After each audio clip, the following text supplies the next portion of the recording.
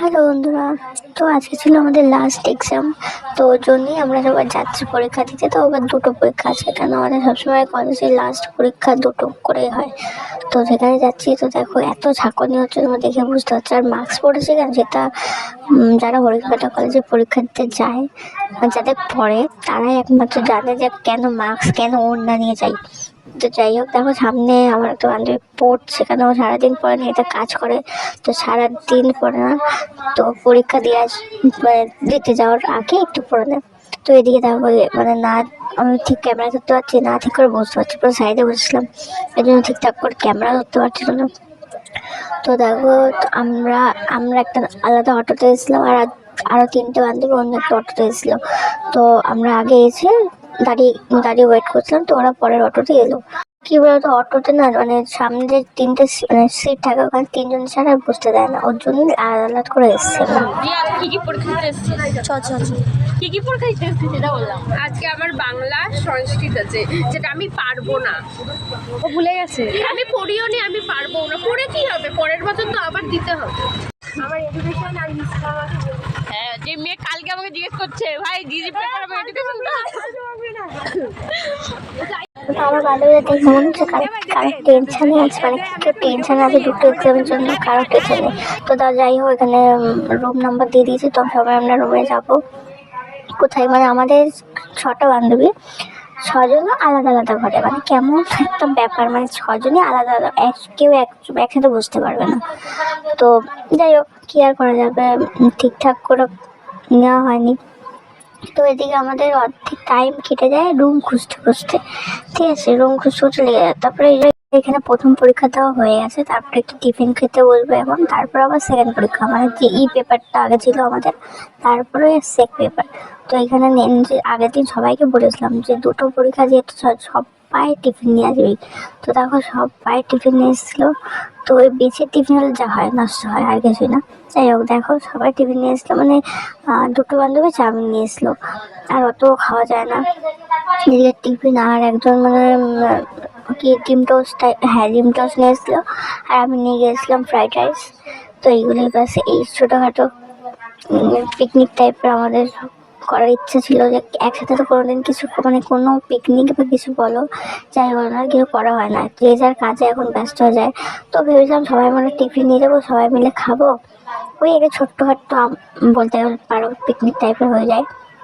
তো এদিকে দেখো রানী, মানে আমার যে বেস্ট ফ্রেন্ড, ও চাউমিন নিয়েছিল, আর আমি ওইদিকে ফ্রাইড রাইস নিয়ে গেছিলাম। কিন্তু না মানে ফ্রাইড রাইসে যখন ভেবেছিলাম মিক্সড ফ্রাইড রাইস, চিকেন হবে, তারপর ডিম হবে, সবই নিয়ে গেছিলাম। কিন্তু যেহেতু আমাদের মধ্যে একটা বন্ধু, মানে যেটা লাল কালার চুড়িদার পরে আছে, রানী, ও আসলে মুসলমান। তার জন্য ও আমাদের যে চিকেন মানে ওদের কি একটা ব্যাপার হয় না, চিকেন বলি দেয় না, হ্যান দেয়, হ্যান ঠিক যাই না, ওটাও খায় না। তো তার জন্য আমি চিকেন নিয়ে যাইনি। তো ব্যাস এমনি নর্মালি নিয়ে গেছিলাম। আর এদিকে আরেকটা বান্ধবী ডিম টোস্ট নিয়েছিল, ওই একমাত্র হালকা খাবার নিয়েছিল, ওই ভালো কাজ করেছে। আর আমরা মানে সত্যি কি বলতো, আমার বান্ধবী খুবই সুন্দর রান্না করে, ও নিজে বলে যে পারি না, কিন্তু খুবই সুন্দর হয়েছে রান্নাটা খেতে। তাই হোক, সবার টিফিন হয়ে গেছে খাওয়া। তো এখন এই যে আমাদের ম্যাডাম পড়তে বসছে, পরীক্ষায় 2 মিনিট আগে পড়তে বসছে, আর একজন তো বয়ফ্রেন্ডের সাথে কথা বলেই যাচ্ছে, আর একজন রিলস করছে। মানে বললাম না, আমাদের পরীক্ষার পর আমরা টিফিন খাওয়া হয়ে যায়, যখনই ঢুকলাম কলেজে দেখলাম এতগুলো বাদর জানলে জানলে ঘুরে বেড়াচ্ছে। যাই হোক, আমরা সবাই এখানে চলে এসেছি রুমে, সিট খুঁজতে খুঁজতে আমরা পাগল হয়ে যাচ্ছি, সিটই খুঁজে পাই না কেউ কারোর মতন। তো সিট খোঁজাও হয়ে গেছে, এখানে বসে পড়েছি। আর আমরা এই বেঙ্গলিতে সবাই একসাথে বসেছিলাম, সব বান্ধবীরা মিলে। তো এখানে এক্সাম দেওয়া শেষ, এখন যাবো আমরা, না বাড়ি যাবো না, এখন যাবো একটা বান্ধবী চুড়িদার কিনবে। তো ওর জন্য চুড়িদারের দোকান, কিন্তু এখানে সব চুড়িদারের দোকান বন্ধ, দুপুরবেলা যেহেতু সব চুড়িদারের দোকান বন্ধ হয়ে গেছে, জামা কাপড়ের দোকান। তো যাই হোক, আরেকটা বান্ধবীর বার্থডে ছিল আগের দিন, তো সেই বলছিল আজকে ট্রিট দেবে। তো সেই খুঁজেতে আমরা আরো যাচ্ছিলাম। আমরা এখানে ফাস্টফুডের দোকান খুঁজতে খুঁজতে পাচ্ছিলাম না, তো সামনে দেখো স্মার্ট পয়েন্ট পেয়ে গেছি।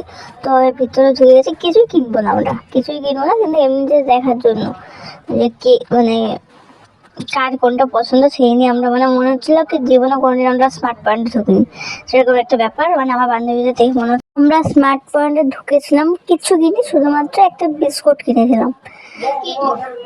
এদিকে ব্যাপার তো হয়ে গেছে, কিন্তু ওদিকে ওই বললাম না, একটা বান্ধবী চুড়িদার না ওড়না কিনবে, তো ওই দোকানে খুঁজছি কিন্তু পাচ্ছি না। এত মানে কি বলে দুপুরবেলা তো দোকান বন্ধ থাকে, আর দুটো দোকান মানে খোলা ছিল কিন্তু ও যে কালারের খুঁজছে না ওই কালারেরও খুঁজেই পাচ্ছে না।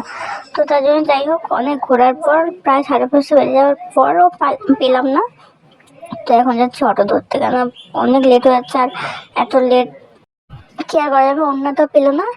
তো ওই বললাম না একটা বান্ধবীর বার্থডে, তো ওই ট্রিট দেবে বলে নিয়ে যাচ্ছে, মানে ওই দোকানে এবার খুঁজছি, কারণ দুপুরবেলা সব দোকান বন্ধ, না জামা কাপড়ের দোকান খোলা থাকে না তোমার কোনো কোনো দোকানই খোলা থাকে না। আর কোনো অন্য তো কিছু পেলো না, বেকার বেকার এতক্ষণ হাঁটলাম, কোনো কাজে কাজ হলো না। যাই হোক এখানে এখন চলে এসেছি মিয়ামোড়ে আমরা। তো মিয়ামোড়ে কে কী খাবে, এখানেও মানে আমার বান্ধবীদের নিয়ে গেলে মিনিমাম 1 ঘন্টা আগে কিছু পছন্দ হয় না। তো ওরা খুঁজছে এখন কী খাবে, তো আমরা সবাই যে যার মতন পছন্দ করে নিয়েছি। আর এখন যাচ্ছি আমরা বাড়ি, মানে বাড়ির অটোতে উঠে গেছি, আমরা বাড়ি যাচ্ছি এখন। তো আজকের ব্লগটা এই পর্যন্ত, তোমার সময় কেমন লাগলো অবশ্যই জানিও।